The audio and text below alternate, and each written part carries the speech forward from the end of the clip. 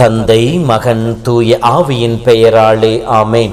மூவொரு கடவுளுடைய அருளும் ஆசீரும் பாதுகாப்பும் வழி நடத்துதலும் உங்களோடு இருப்பதாக. பொதுக்காலம் 5வது வாரம் செவ்வாய்க்கிழமை. இயேசுவில் என் அன்பு சொந்தங்களே, அருளை பொழிந்து ஆசீரால் வழி நடத்துகின்ற தேவன் இந்த நாள் முழுவதும் உங்களை வழிநடத்த, உங்களோடு இருந்து உங்களை பாதுகாக்க உங்களை வாழ்த்துகிறேன், உங்களுக்காக ஜெபிக்கின்றேன்.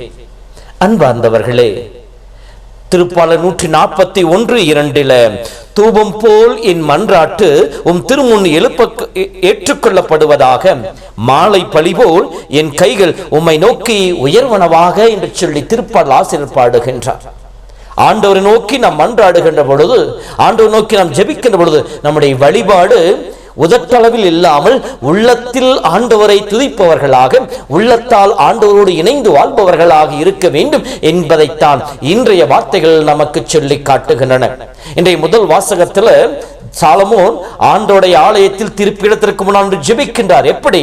தன்னை தாழ்த்தி கரங்களை பீடத்தை நோக்கி உயர்த்தி ஆண்டவரை நோக்கி மன்றாடுகின்றார். அப்படி ஜெபிக்கின்ற பொழுது இறைவன் வாக்குறுதிகளை, இறைவன் உடன்படிக்கையை, வாக்கு தத்தங்களை சொல்லி, தெய்வமே உன் வாக்குறுதியின் பிரகாரம் எங்களை ஆசீர்வதியும் என்று சொல்லி வாக்குமாறாத கடவுளை நோக்கி மன்றாடுவதாக இருக்கின்றது.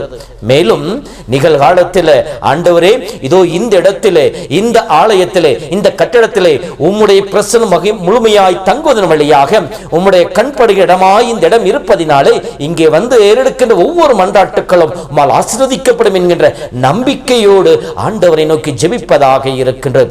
இறை புகழ் பாடி இறைவனுடைய மகிமையான செயலை சொல்லி காட்டி அதன் வழியாக ஆண்டவரை நோக்கி மன்றாடுவதாக இருக்கின்றது. தனக்கு மட்டுமல்ல, தான் ஜெபிப்பதை போல இந்த ஆலயத்தை தேடி வந்து முன்னால் நின்று மக்கள் ஏறெடுக்கின்ற ஒவ்வொரு மன்றாட்டுக்கும் செவிசாய்ப்பீராக என்று சொல்லி பரிந்து பேசுகின்ற ஜெபமாக இருக்கின்றது.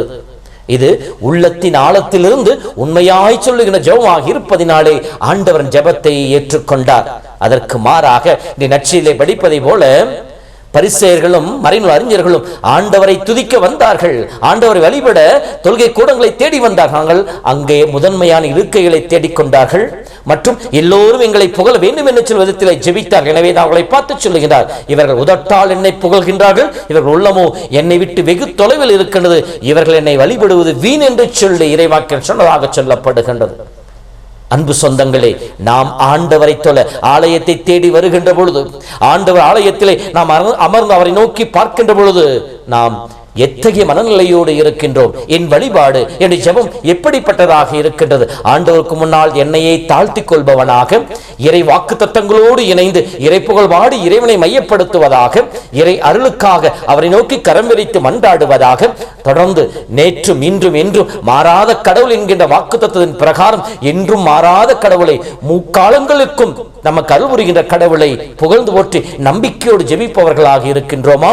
அல்லது எல்லோரும் பார்த்து என்னை புகழ வேண்டும், என்னை பற்றி பெருமையாக பேச வேண்டும் என்று சொல்வதற்காக அன்றாட திருப்பலியில் பங்கெடுப்பது, முதன்மையான இருக்கைகளை தேடிச் சொல்வது, அல்லது என்னுடைய வழிபாட்டிலே பங்கெடுக்கின்ற முறைகள், ஜெபம் சொல்லுகின்ற விதம், பாடல் பாடுகின்ற விதம் எல்லாம் ஆண்டவனை மையப்படுத்தி இருக்கின்றதா? ஆண்டவரோடு இணைந்து என் அயலாரையும் இணைத்து ஜெபிக்கக்கூடியதாக இருக்கின்றதா? அல்லது என்னை மையப்படுத்தக்கூடியதாக இருக்கின்றதா? இந்த உதடுகள் மட்டும் ஆண்டவரை புகழக்கூடியதாக இருக்கின்ற சொல்லி சிந்தித்து பார்ப்போம். அன்பு சொந்தங்களே, ஆண்டவரை தேடி வருகின்ற பொழுது ஆண்டவரில் நம் கண்களை பதிய வைப்போம்.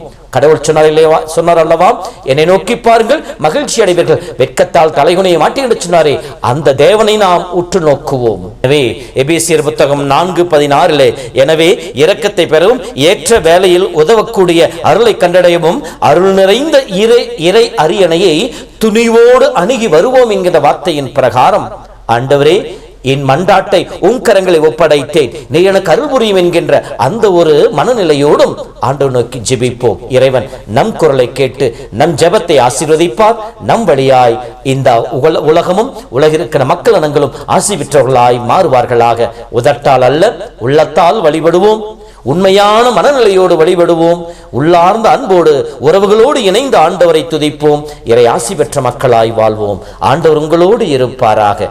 எல்லாம் வல்ல இறைவன் தந்தை, மகன், தூய ஆவி உங்களை நிறைவாய் ஆசீர்வதிப்பாராக. ஆமேன். அளவில்லா இரக்கம்